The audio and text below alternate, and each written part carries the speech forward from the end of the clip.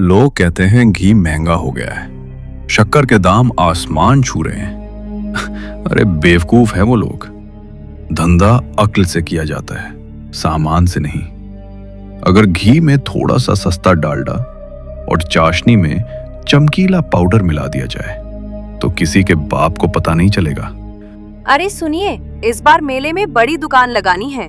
पिछली बार की तरह छोटे मोटे मुनाफे से काम नहीं चलेगा। मुझे सोने का हार चाहिए इस बार। पार्वती, तू चिंता मत कर। इस बार मैंने ऐसा जाल बुना है कि पैसा खुद चल कर आएगा। बस एक बलि का बकरा चाहिए जो बदनामी अपने सिर ले ले और मेहनत मेरे लिए करे। तभी दरवाजे पर दस्तक होती है और उसी गांव का एक भोला सा लड़का रामू अंदर आता है। राम राम दीनू भाई, ये लीजिए एकदम शुद्ध दूध। आज सुबह सुबह गाय ने बाल्टी भर दी थी। अरे रामू, आओ आओ मेरे भाई। बड़ी लंबी उम्र है तुम्हारी। अभी तुम्हारे बारे में ही चर्चा कर रहा था। मेरे बारे में? मैंने क्या किया भैया? किया नहीं, करने वाले हो। देखो रामू, तुम कब तक ये घर घर दूध बेचते रहोगे? इसमें क्या रखा है? इस बार शहर का सबसे बड़ा सावन मेला लग रहा है। क्यों ना हम दोनों मिलकर हाथ मिला लें? भैया, मैं ठहरा अनपढ़ दूध वाला और आप इतने बड़े हलवाई। हमारा क्या मेल? अरे पागल, मेल तो कुदरत बनाती है। तुम शुद्ध दूध और मेहनत देना, मैं अपनी कारीगरी दूंगा। जो भी पैसा आएगा उसे हम आधा आधा बांट लेंगे। तुम्हारी गरीबी मिट जाएगी रामू। आधा हिस्सा? भैया, आप तो देवता निकले, वरना आज के जमाने में अपना हिस्सा कौन देता है? रामू खुश होकर अपनी साइकिल पर वापस घर चला जाता है। कुछ दिनों बाद सावन का महीना शुरू हो जाता है और शहर का सबसे बड़ा सावन का मेला लगता है। मेले में बहुत भीड़ होने लगती है। गर्मा गर्म समोसे ले लो। कितने का है? ये कुर्ता नया कलेक्शन है, बिल्कुल सही रेट पर।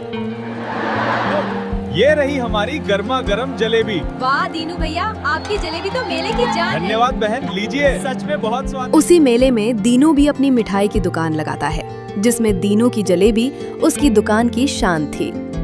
पहले ही दिन दीनू दुकान के रसोई घर में जाकर वहाँ काम करने वाले लड़के छोटू से बोला, ओए छोटू, ये डिब्बा अंदर रख और याद रहे, जब मैं जलेबी की चाशनी बनाऊं तो तू बाहर रहेगा, समझ गया? जी मालिक, पर उस डिब्बे से बहुत गंदी महक आती है, वो क्या है? ज्यादा सवाल मत कर, वरना आज खाना नहीं मिलेगा। जा, रामू से कह कि दूध की बाल्टियां साफ करे। छोटू को रसोई से बाहर भेजकर दीनू जलेबी की चाशनी में जहरीला पदार्थ मिला देता है, जिससे जलेबी का स्वाद बढ़ जाए और जलेबी खाने के बाद जोर की प्यास लगे।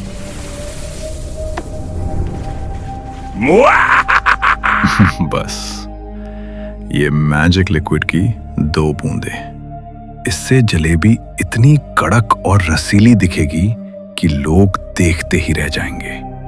और खाने के बाद प्यास ऐसी लगेगी कि लोग मेरी ही दुकान से 5-5 रुपए वाला पानी 20 रुपए में खरीदेंगे।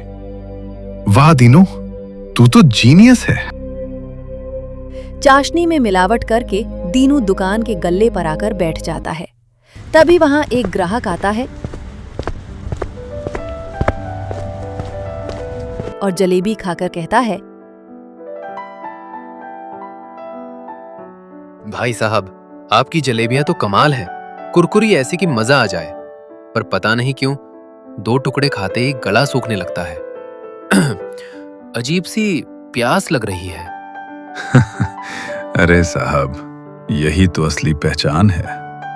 ये शुद्ध देसी घी और हमारी खास चाशनी का कमाल है। ये शरीर में तरावट के साथ थोड़ी गर्मी पैदा करता है। गर्मी तो वाकई बहुत है। तो फिर देर कैसी? ये लीजिए, एकदम ठंडी बोतल बंद पानी। जलेबी का स्वाद भी बना रहेगा और कलेजे को ठंडक भी मिलेगी। बस 20 रुपए अलग से लगेंगे। चलिए, दे ही दीजिए, प्यास से बुरा हाल है। दीनू उसे एक बोतल पानी देता है और फिर वो ग्राहक वहां से खुशी खुशी चला जाता है। अब रामू कढ़ाई के पास से पसीना पोंछते हुए आगे आता है। दीनू भैया, मैंने सुबह से 50 किलो रबड़ी और अनगिनत जलेबियां बना दी हैं। लोग तो पागलों की तरह टूट पड़ रहे हैं। मुझे लगता है आज तो रिकॉर्ड तोड़ कमाई हुई होगी, है ना? क्या खाक कमाई रामू, तू बस कढ़ाई देख, धंधा देखना तेरा काम नहीं है। क्यों भैया? भीड़ तो कल से भी ज्यादा है, सब नकद दे रहे हैं। अरे तुझे क्या पता इस मेले की जगह का किराया कितना बढ़ गया है, तुझे अंदाजा है? ऊपर से ये पुलिस वाले, कमेटी वाले सब मुफ्त खोर आते हैं। आधा माल तो सैंपल खिलाने में निकल जाता है, टैक्स अलग, बिजली का खर्चा अलग। बस समझ ले कि गुजारा हो रहा है। मुझे लगा था कि इस बार मुनाफा अच्छा होगा तो बेटे का इलाज अच्छे से करवा पाऊंगा। आपने कहा था कि... देख रामू, भावुक मत हो, धंधा भावनाओं से नहीं चलता। अभी जा और 2 बोरी मैदा और चीनी का इंतजाम कर, शाम की भीड़ आने वाली है, काम पर लग। रामू धीरे से सिर झुकाकर वापस कढ़ाई की ओर चला जाता है। देखते देखते रात हो जाती है और अब दीनू और रामू अपने अपने घर चले जाते हैं। दीनू आज की कमाई देखकर खुश होकर नोट गिन रहा है। 500, 1000, 2000। वाह पार्वती, देख रही हो, इसे कहते हैं दिमाग का खेल। आज मेले में भीड़ कम थी, फिर भी मुनाफा दुगना हुआ। अरे तो फिर वो सोने का हार कब लाओगे? मेरी सहेली ने कल ही नया सेट लिया है, मुझे उससे बड़ा चाहिए। अरे मेरी जान, बस 2 दिन और रुक जा। इस बार मेले के खत्म होते ही तुझे सोने से लाद दूंगा। और उस रामू का क्या? उसे पता तो नहीं चला कि हम असली मलाई खुद खा रहे हैं और उसे छाछ पकड़ा रहे हैं।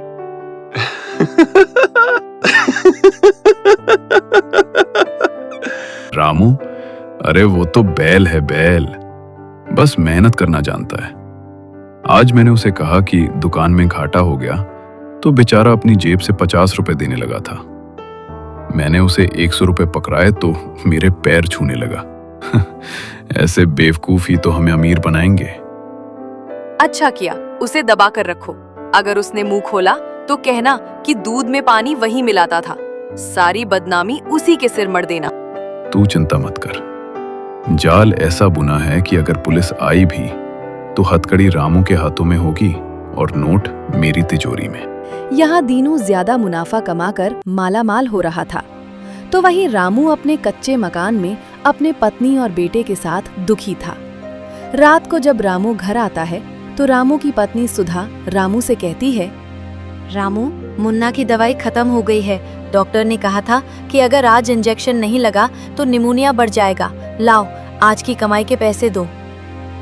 सुधा, आज बस ये 150 रुपए मिले हैं। क्या? सुबह से रात तक तुम उस भट्टी के सामने जलते रहे और सिर्फ 150 रुपए? रामू, मुझे वो दीनू ठीक नहीं लगता। पूरे गांव में खबर है कि उसने नई मोटरसाइकिल खरीदी है। अगर धंधे में घाटा है तो उसके पास पैसा कहाँ से आ रहा है? नहीं सुधा, तुम गलत समझ रही हो। दीनू भैया बहुत अच्छे हैं। वो तो अपनी पुश्तैनी जमीन बेचकर घर चला रहे हैं। उन्होंने मुझे बताया था। वो मुझे अपना छोटा भाई मानते हैं। भाई नहीं, नौकर मानते हैं तुम्हें। आंखें खोलो रामू, तुम्हारा बेटा यहाँ एक एक सांस के लिए तड़प रहा है और तुम्हारा वो भाई वहाँ नोटों के बिस्तर पर सो रहा है। अगर कल तक पैसे नहीं आए तो मैं खुद जाकर उस दीनू से बात करूंगी। भगवान पर भरोसा रखो सुधा, वो किसी की मेहनत बेकार नहीं जाने देता। सब ठीक हो जाएगा। ऐसे बोलकर लाचार रामू सोने चला जाता है, लेकिन उसे पूरी रात नींद नहीं आती और ऐसे ही सुबह हो जाती है।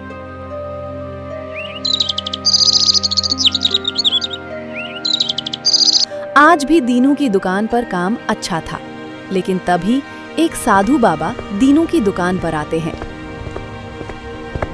अलख निरंजन! बेटा, प्यासे को पानी और भूखे को भोजन खिलाना सबसे बड़ा पुण्य है। बाबा, यहाँ लंगर नहीं चल रहा है, आगे बढ़ो। अरे नहीं भैया, ऐसा मत कीजिए। बाबा आप बैठिए, मैं आपको ताजा जलेबी और दूध देता हूँ। रामू साधु बाबा को जलेबी देता है। साधु जलेबी का टुकड़ा मुंह में रखते ही रुक जाते हैं। उनकी आंखें लाल हो जाती हैं और कहते हैं, बेटा रामू, तू तो गंगा की तरह साफ है, लेकिन जिसके साथ तू बह रहा है उसका अंत कीचड़ में होगा। ए हलवाई, याद रखना, नमक की बेईमानी इंसान के खून में जहर बनकर लौटती है। अभी भी वक्त है, संभल जा। बाबा, अपनी पोटली उठाओ और चलते बनो, मुझे धंधा मत सिखाओ। लेकिन दीनू के इस अपमान से साधु बाबा वहां से चले जाते हैं। थोड़ी देर बाद दुकान पर एक महिला अपने बच्चे के साथ आती है। माँ देखो, गर्मा गर्म जलेबियाँ कितनी सुनहरी और रसीली लग रही है। नहीं आर्यन, चलो घर, रात का खाना तैयार है। बाहर का ज्यादा मीठा सेहत के लिए अच्छा नहीं होता। माँ प्लीज, बस एक प्लेट, आज मेरा मन बहुत कर रहा है। देखो ना कितनी कुरकुरी है। नहीं बेटा, कल ही तो तुमने आइसक्रीम खाई थी। चलो अब। आप कभी मेरी बात नहीं मानती। सब बच्चे जलेबी खाते हैं, बस मैं ही। अच्छा, नाराज मत हो। ठीक है, आज खा ले, लेकिन कल से कोई जिद नहीं। भैया, एक प्लेट जलेबी देना। ये लीजिए बहन जी, एकदम ताजा और कड़क है। वाह, शुक्रिया माँ, आप दुनिया की सबसे अच्छी माँ हो। आर्यन बड़ी तेजी से जलेबियां खाना शुरू करता है। वो बिना रुके एक के बाद एक जलेबी मुंह में ठूसने लगता है। धीरे खा आर्यन, गले में अटक जाएगी। माँ, ये तो बहुत स्वाद है। आर्यन आखिरी जलेबी खाता है और वो बेहोश होकर जमीन पर गिर जाता है। आर्यन पूरी तरह बेहोश हो चुका है। माँ उसे हिलाती है और रोने लगती है। हलवाई और आसपास के लोग दौड़ कर आते हैं। आर्यन, आंखें खोलो बेटा, क्या हुआ तुझे? अरे कोई डॉक्टर को बुलाओ, कोई पानी लाओ। मेरा बच्चा, इसे क्या हो गया? इसने अभी जलेबी खाई थी और अब ये बेहोश हो गया। इस हलवाई ने कुछ मिलाया है, देखो बच्चा नीला पड़ रहा है। अरे मैंने कुछ नहीं किया, ये दूध खराब होगा। रामू का दूध ही खराब था। भैया आप ये क्या कह रहे हैं? मेरा दूध तो मेरा बच्चा भी पीता है। तभी भीड़ पुलिस को भुला लेती है और वहाँ इंस्पेक्टर विजय पहुँचते हैं और कहते हैं, रुक जाओ, कोई यहाँ से हिलेगा नहीं। इंस्पेक्टर बच्चे को हॉस्पिटल भेज देते हैं। डॉक्टर उस बच्चे को बचा लेता है। अब इंस्पेक्टर विजय दीनू की दुकान की तलाशी लेते हैं। पुलिस को वहाँ रसायनों की शीशियाँ, इंजन ऑयल और नकली रंगों के डिब्बे मिलते हैं। इंस्पेक्टर दीनू और रामू को पूछताछ के लिए पुलिस स्टेशन ले जाता है। तो दीनू सेठ, अब बताओ, उस बच्चे की हालत का जिम्मेदार कौन है? डॉक्टर ने कंफर्म किया है कि जलेबी में सिंथेटिक पेंट और सस्ता नशा मिलाया गया था। साहब, मैं तो बर्बाद हो गया साहब। ये सब इस रामू की चाल है। यही दूध लेकर आता था, यही सामान लाता था। मुझे क्या पता कि ये दूध में पेंट मिलाकर ला रहा है।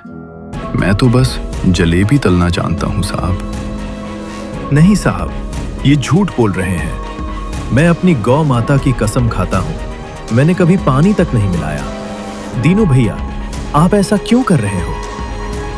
अब ड्रामा मत कर रामू। तूने ही कहा था कि सस्ते में काम करेंगे तो ज्यादा बचेगा। साहब, इसने मुझे फंसाया है। अच्छा, रामू ने फंसाया है? इंस्पेक्टर एक गवाह को अंदर बुलाते हैं। छोटू, अंदर आओ। छोटू, दीनू की दुकान का नौकर, डरते डरते अंदर आता है। ए छोटू, सच सच बता साहब को कि मालिक कौन है और सामान कौन लाता था। साहब, रामू भैया तो सिर्फ दूध देकर चले जाते थे। रात को दुकान बंद होने के बाद दीनू मालिक अपनी पेटी से लाल और हरी शीशी निकालते थे और चाशनी में मिलाते थे। वो कहते थे कि इससे जलेबी में चमक आती है। झूठ। ये लड़का बिका हुआ है, ये झूठ बोल रहा है। और ये डायरी भी झूठ बोल रही है जो तुम्हारे घर की तलाशी में मिली। इसमें लिखा है केमिकल वाले का हिसाब 5,000, रामू को दिए 100, मुनाफा 10,000। क्यों बे? खुद सोने की थाली में खा रहा था और इस गरीब को जहर के इल्जाम में फंसा रहा था। रामू की गरीबी उसे अपराधी नहीं बनाती, लेकिन तेरा लालच तुझे जानवर बना चुका है। हवलदार, डालो इसे लॉकअप में और इसकी इतनी धुलाई करो कि ये जलेबी की तरह सीधा हो जाए। साहब रहम करो, मुझे माफ कर दो। रामू भाई, बचा लो मुझे।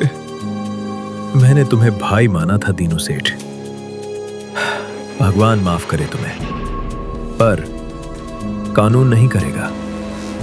पुलिस दीनू को जेल में डाल देती है और अब इंस्पेक्टर रामू से कहता है, रामू, तुम घबराओ मत।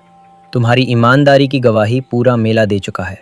दीनू जेल जाएगा और इसकी जब्त की हुई दुकान अब से तुम चलाओगे, ताकि लोगों को शुद्ध चीजें मिल सके। दोस्तों, आपको हमारी ये कहानी कैसी लगी हमें कमेंट बॉक्स में जरूर बताइए। और अगर आपको हमारी ये कहानी अच्छी लगी तो अपने दोस्तों से जरूर शेयर करें। और हाँ, अगर आप हमारे चैनल में नए हो तो चैनल को सब्सक्राइब करना बिल्कुल ना भूलें, ताकि हमारी ऐसी ही नई कहानियाँ आपको मिलती रहें। तो तब तक बने रहें हमारे चैनल के साथ और सुनते रहिए ये चटपटी कहानियाँ। Bye bye.